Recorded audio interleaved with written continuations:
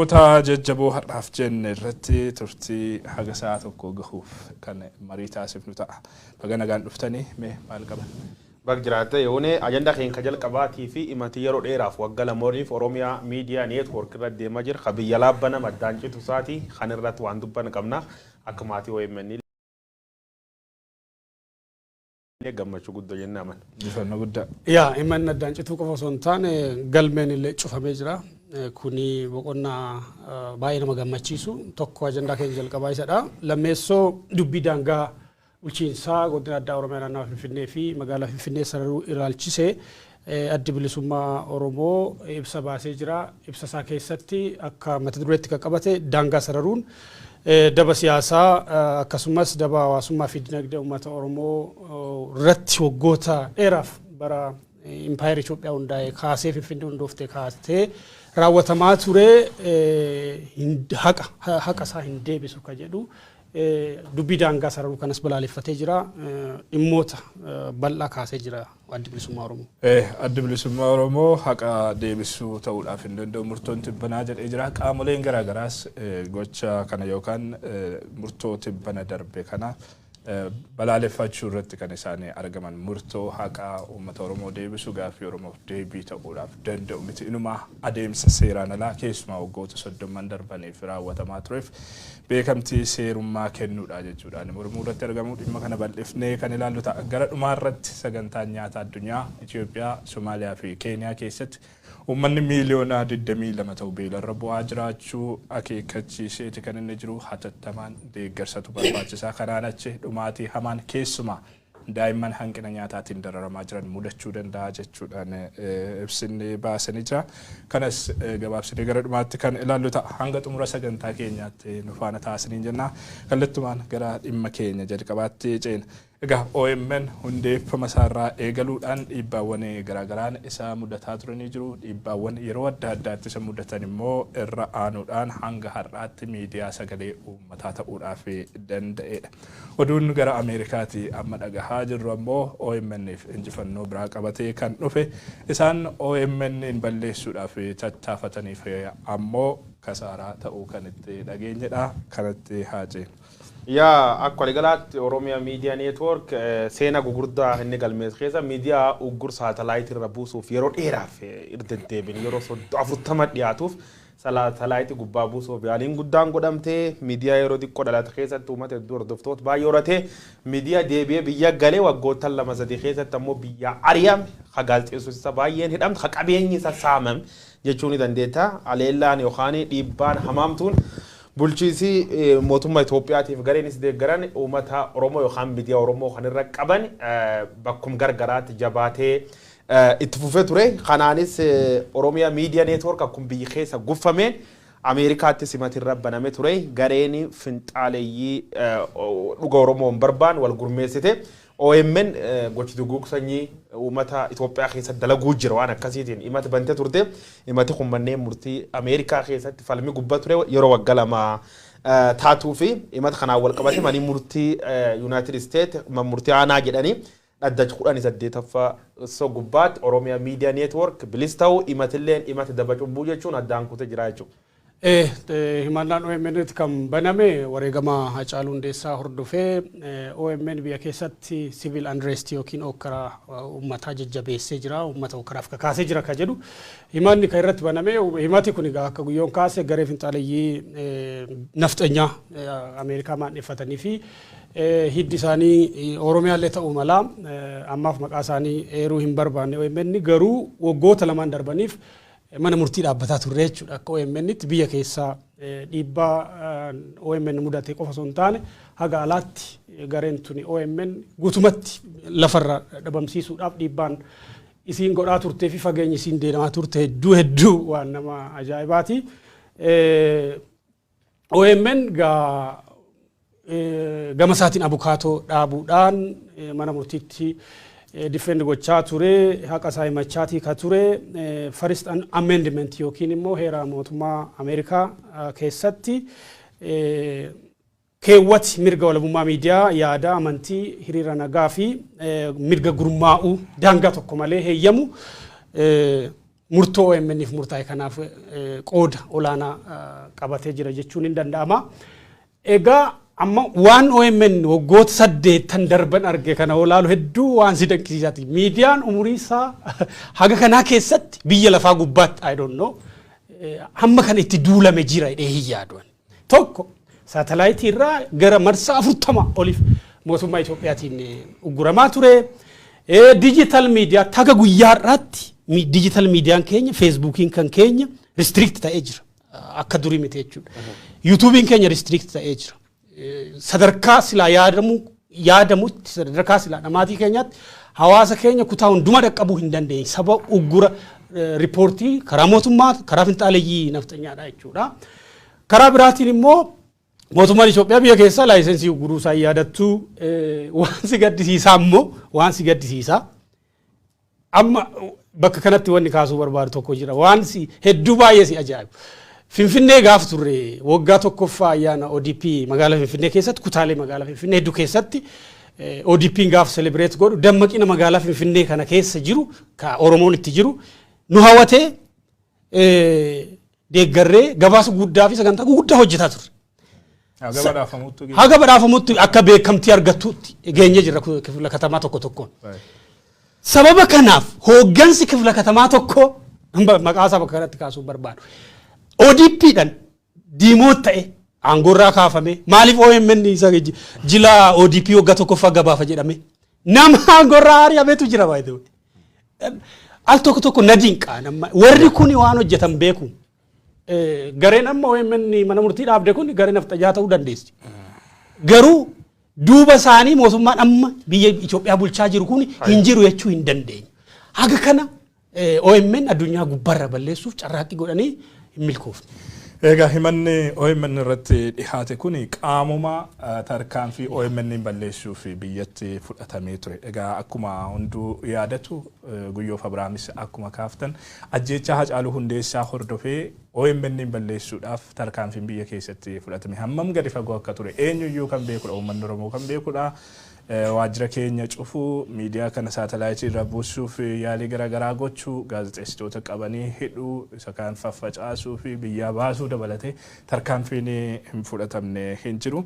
Haa ta'uti OMN kan biyya keessaa cufanis gaazexeessitoota balleessanis hojjettoota isaa faffacaasanis alaa itti fuudhaaf danda'ee ture.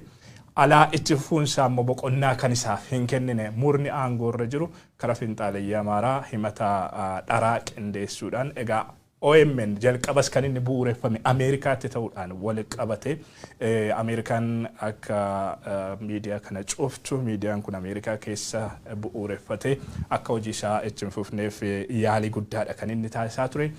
Himanni irratti dhihaate kallattiidhaan ajjeechaa Hacaaluu hordofee gabaasaalee hojjetaman irratti kan inni xiyyeeffatee jiru sana qofa miti akka waliigalaatti OMN Itoophiyaa diigaa jira, Itoophiyaa hokkaratti oofee jira, Itoophiyaa jeeqee jira, gochoota yakkoota garaagaraa raawwatee jira jechuudhaan yakkoota miidiyaa kana cufsiisuudhaaf na dandeessisu jedhu hundumaa irratti qindeessee waggaa 2 falmiirraa kan ture adeemsi seeraa kuni hagayya 6 bara 2022 murtoo haqaa manni murtii Ameerikaa kan sila guyyoon eere 8ffaadha natti fakkaata aanaa 8ffaa OMN himata irratti dhihaate irraa bilisadha jechuudhaan murteesseefiiti kan jiru gareen OMN bakka bu'uudhaaf himata kana geggeessaa turan himata kana irraa qolataa turan gareen Forest Green Fisher jedhaman murtoon kun injifannoo guddaa OMNif injifannoo guddaa OMN qofaaf osoo hin taane miidiyaalee uummatoota cunqurfamaniif sagalee ta'uudhaaf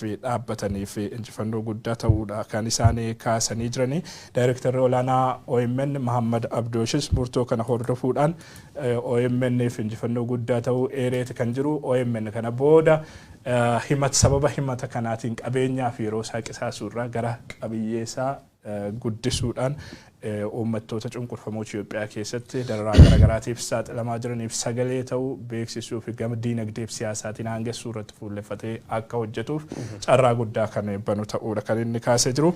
Egaa injifannoon kun uummata Oromoofis nu hojjettoota miidiyaa OMN'fis akkasumas uummattoota sabaaf sablammoota OMN'n akka miidiyaa isaaniitti ilaalan akka qarooja isaaniitti ilaalan mataan isaaniitii fi injifannoo guddaadha jenneet kayyaan. Yaa Abrahaam Reef akka kaasetti wanni kan finxaaleyyii Amaaraat garee bilxiginnaa jiraachuu danda'an jettee jirta. Yes duul guddaa yaa OMN irra bane yeroo 40 ol yaalii OMN irra godhe ka qilleensi irra buusa ture wayyaani directly qilleensu guruun dandeetti ka gura turtammoo garuma opdiyootan waliin jechuudha. Gareen amma Ameerikaa ciiftamma miidiyaa Oromoo jibbitee nu himatti tunis garuma bilxiginnaan fandi godhamtu maqaa qabeenya dhuunfaa jedhan malee duul kan rabbanee duul ka Oromoo rabbanee kayak Oromoo irratti hojjechaa ture hojjechiisa jirullee opdiyoo jechuudha.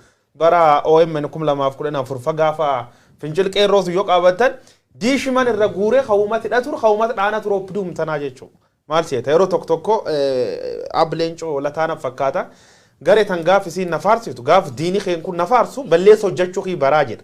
OMN garee akkanaatiin jibbamu gareen bilxiginnaatun yakka hojjettan jettoo siin nu abaartu hojii gaarii hojjechuu kii ufu badhaadhin dhuga dubbachuu danda'a. Nu ka hojjannu uummata Oromootiif warri yakkamtoota uummata Oromoo waan taateef dhuga itti muun maali yakkama si gootii jechuudha. Gareen ammoo warra waliin harka dhaante Itoophiyaa diiddanii maani gootan nuun jettu nu Itoophiyaan diin Itoophiyaa isii tuf diigee jechuudha. Warrumin jaalani jedhu halkanii guyyaa Itoophiyaa faarsu Itoophiyaa leellisuut Itoophiyaa diiga. Sun keessa tokkoffaan mataan qara Abiy Ahmad finxaaleyyii Amaara tad Profeesar Mararaan gifa baloo jedhuun jechuudha. Gifa baloo itti biyyatti waraana natte bii khadiig warra malee nu qawwee tokkin dhukaam nam tokkin ijjeem yakkin hojjan hin jiru. War dabirratti hojjetam war miidham war yakkaan hidhamee daraaramuu jiru suniif sagalee taanee jiru. Sun hojii miidiyaati jechuudha. Hojii miidiyaa ignooraansii garee sirna mootummaa kanaatiif warra finxaaleyyii Amaaraa kan ignooraansii warra gisu tokko laal guddoon ajaa'ibdi. Biyyi lafa keessatti Itoophiyaa keessa yes biyyi seeriin qabni bi khara deemtuun bulchiti keessatti abba fedhani jeesuun hidhuun olaantummaa seeratuun tan olaantummaa namaatti jiraatu hin been. Ameerika deemta Ameerikaatti miidiyaa akkamiin miidiyaan tokko afaan ofiitiin hojjeta akkamiin miidiyaan tokko dhuga gabaasetti himachuuni warri kun jaarraa 16 kee jiraachuu isaa agarsiisa. Lammeessoo wanni arma irra guddoon ajaa'ibu hojii miidiyaan beenna yaa hojii miidiyaan amma biyya keessatti faarfamuu jiru isaati gaazexeessota warra cufin beenna wataadar dargiiti jechuudha. وتهدر درجيت خبيب بولشولي وتهدر ويانه تا دكتور أبي يعمل وتهدر ويانه تيمي ده كلامه تي كميدياتهم بيخو جت ورقوني أم من وري ما تربى سون بلّيس من بلّيس وجت مونو جنة وان جدا وان بيخنات تنفكاتن أدو سلا أوغان جرات أدو سلا حكي لف جرات أنت ما تموك أبو وان جرا خاص برباد يلا كبرت خايمة تموك أبو ما تانكرا ميديالي توبياتي يشو خيسومات ميديالي موتهم ملالسان وجي ميديا ماني قوتشو وريد لقو جرمان وجي ميديا أوغا ومتايمو نيوسي قباسو قوفا دون تاي ومت حق نبيف حق ومتات الأبتشو يشو the false organs of government يعني ميديا موتهم ما فريسو تاي العالم خار أمو موتهم ما أفشوف ولي نرك أنا ويا بافتي الرفاتي إيه بيلو متى لوسه وما سلبسو جرو ميديا موتهم ما نقبسو جرو ومت بيلرت بعدين جري كجيبو دي سلوبونا مرة دب خفرو جرو ميديالي موتوما توبياتي وسيري جلاسي تقافتا مدندو لما يسو موتوما توبيا متساتي يجو موتوما اير بياتي خيسا كونستيتوشني قبا مال سيتا ومتي خميو ديفنو كل موتوما سرار گچوف مرق قبايت كونستيتوشني توبيا قبا نجر واني خون كادرين موتوما وطر رتبير برسي الربسيتي يجو او ديفنو خنو ديسي نبو ديفنو بربادوني جيفتي يجو خناف يكم توتي لما يسو ور سادي يسو غارين هفتانيو تتانا وان دلدين بيتو مساروتنا يقومنا يقربلاچو جدا مصاب قدوسنا كنامتي يقر جنة جرا ጉዮን ዋን ጉዳ ካሲ ጅራ ጋራግሩማ OMN fi ሚዲያሌ ኢትዮጵያ keessa jiranii irratti waan bal'aa jechuu dandeenya sa'aatii osoo qabaanne haa ta'uti waan tokko eeruun barbaada girmaa guutamaa yeroo OMN cufame daayirektarri duraanii Oromiyaa Miidiyaa Neetwork gaafa Finfinnee ture cufamuu OMN hordofee Ethiopian Insight barruu jedhamuuf waa'ee cufamuu OMN irratti mata duree OMN Alien Star in Skewed Ethiopian Media Landscape mata duree jedhuun OMN dirree miidiyaa Itoophiyaa jallataa keessatti miidiyaa shaayii yookiin urjii ta'ee fi alagaa ta'e alagoonfame jedhee mata duree kanaan barreessee jira. Mata duree kana jalatti OMN maaliif irratti xiyyeeffatame kan jedhu qabxiilee guguddoo gara afurii tokko kaasa. Tokkoffaa dirreen miidiyaa Itoophiyaa amala dirree miidiyaa Itoophiyaati. Dirreen miidiyaa Itoophiyaadhaa dirree miidiyaa moototaati. Imperializimii dhaadheessa. Sirna nafxanyaa jechuudha. Totally sirna nafxanyaa dominantly narrative nafxanyaa kan qabatu miidiyaan biyya sanaa jechuudha. Lammaffaa yaa'insi odeeffannoo Itoophiyaa keessatti kaabarraa gara kibbaatti benchmark yookiin bottom line odeessa Itoophiyaa miidiyaa Itoophiyaadhaa kaaba Itoophiyaa yoo ta'u saawuziin xiyyeeffannaan qabu jechuudha. Kabiraa naareetiivii yookiin seenessi kaabarraa dhufu kun tokkuma. Tokkoon siin jedhu yaada wal fakkaataa qabiyyee wal fakkaataa akkitti aayidiyaan gara miidiyaa dhufu sheepitti fireemitti ta'u tokkuma jechuudha. Afaan miidiyaadha doominantilii afaan tokko. Aadaan eenyummaan waa hundi isaa wal fakkaata jechuudha. Afraffaa gubbaatti olaantummaa aadaa afaaniif eenyummaa tokkootiin kan dhuunfatamee jedha. Kuni gara miidiyaan Itoophiyaa keessatti jiru hundi isaa afaan Oromoo dubbatu, Ingiliffaa dubbatu, Walaayittinyaa dubbatu, Sidaaminyaa, Sumaalinyaa, Affaarinyaa dubbatu akkitti istoorii fireem godhee odeessu tokkicha jechuudha. OMN immoo wannoo kana cabse. Adeemsa dirree miidiyaa Itoophiyaa keessa jiru kana cabse. The Greater South yookiin kibba naareetiivii kibba Itoophiyaa jiru sabdaneessummaa eenyummaa garaa garaa seenessa uummatoota kibbaa Oromoo dabalatee ka jiru kana baasee dukkana isaanii ibsee gara miidiyaatti fide jechuudha. Kana jechuun OMN haaraadha jechuudha. Dirree miidiyaa Itoophiyaatiif aadaa hin baramne fide jechuudha. Kanaaf alagaa ta'e jechuudha. Kanaaf itti duulame jechuudha. Mawwagadaan lebbatti cufamuu qabaa diinadhaa jedhame kan irratti duulameef kanuma bakka aadaa miidiyaa Itoophiyaa keessa jiru cabse. Kanaaf Elen Star yookiin immoo miidiyaa urjii ta'ee garuu immoo alagaa ta'e dirree miidiyaa Itoophiyaa keessatti alagoonfame waan ta'eef akkanatti diina horate jechuudha. Waggaa 8 keessatti diina hamma kanaa miidiyaan biyya lafaa irratti horate hin jiru. Keessumaa indaastirii miidiyaadhaan wal qabatee haala qabatamaa Itoophiyaa keessa jiru sana cabsuunsaa OMN irratti akka fuulleffatamu taasiseeti kan jiru kana yeroo garaagaraattis dubbataa turre jirra.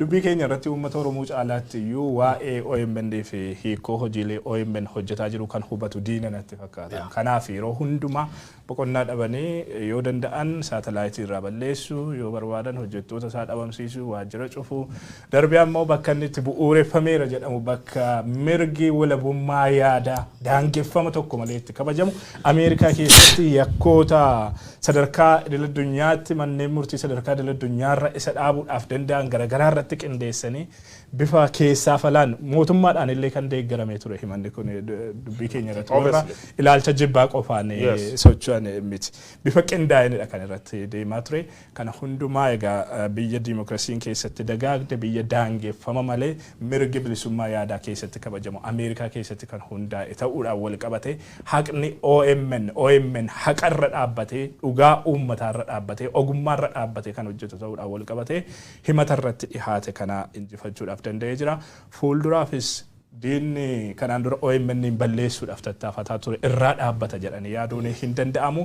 Fuulduraafis ammoo haqa uummata keenyarra dhaabbanne ogummaa keenyarra dhaabbanne dhugaa uummata keenya qabanne hin injifanna jedhee yaada wanti itti dabalu. Yaa waan gabaabduutti dabala seenaa OMN wal fakkaatu hundeeffama Aljazeeraatiin wal qabate miidiyaalee warra Islaamaa kana biyyoota Islaamaa dhaadheessan kana akkamitti hundeeffama waan jedhu tokko gaaf tokko dubbisuu argee maal yaa barreeffama girmaa kana keessa jira OMN fi hundeeffamni Aljazeeraa wal fakkaata. Amma Aljazeeraan naareetiivii duraan kaaba warra lixaa kana jijjiiree saawuzii fide. Saawuziidhaaf sagalee ta'uu jalqabe. Yaa iskoolarooti warra lixaa kunini Aljazeeraa hundeessuun duratti miidiyaa Washington Post jedhan tokko jira. Gaazexaa beekamaa Ameerikaatiin gaazexaan kunini nama maqaa muslima qabu yookaan warroota biyya muslimaatti dhufu kan cufayyuu terrorist jedhee amana yookaan shororkeessa jedhee amana adoo karaa gubbaa deemuu jiranii daa'imni xiqqayyoo wayii karaa gubbaa deemtu sareen qabdeen xiqqoo sareen dhufte ciniinti.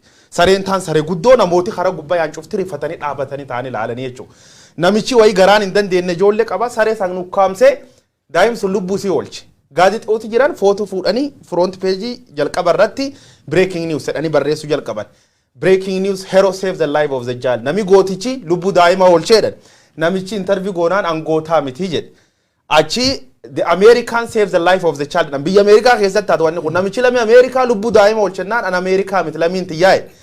Achi New York kumkee jiraata the New Yorkian save the life of the child marsadeessoof. An New York illee keessa hin jiraadhu namichi eessa dhufteedhani gaafata. Where are you from? Ennaan from Pakistan jennaan oduu guutuu jijjiiranii the terrorist kill the dog. Argite frame itti godhan. Warri miidiyaa lixaa kan balfanii Aljazeeraan faan itti hundaa'ee jechuudha. Warri sila dhiiddoo qabatu sila miidiyaa Oromoo kan warra afaan Oromoo dubbachanuu duulkuun meentaalitii warra kaaba kana argee miidiyaa dabalata jaaree dhugaa uummata garboomeeti qabsaa malee OMN balaaleffate jibbee miidiyaa halee wayyaanee waliinis ijjeessa tur yoo naaftanyaan dhuftille kanaaftanya wayyaanee dhuftille kanaaft akkas ta'uuni namummaa keessa baanii bineensa ta'uu waan taateef dargaggeessi Oromoo filaalaadhaan aganu. Tole gara mata dureetti aanutti yoo ceene wayyinatti fakkaata sa'aatiin keenyas deemaa waan jiruuf egaa waa'een daangaa bulchiinsaa Finfinnee fi godina addaa Oromiyaa naannawaa Finfinnee sararuu tibbana ajandaa ijoo ta'eeti kan inni jiru ammas dhimmi kun dubbii jabaa ta'ee itti fufee jira sababni isaas waa'een Finfinnee uummata Oromoo biratti maal akka ta'e hundumtiyyuu ni hubata jedheetanii yaada Finfinneen bu'uura qabsoo Oromoo yookaan handhuura qabsoo Oromoo ta'uu isheetiin wal qabatee darbee ammoo adeemsi magaalaa kanaa wal qabatee waggoota battaluma isheen hundeeffamte irraa kaaseetti ofiin isaan deemaa jiru uummata Oromoodhaaf miidhaa irratti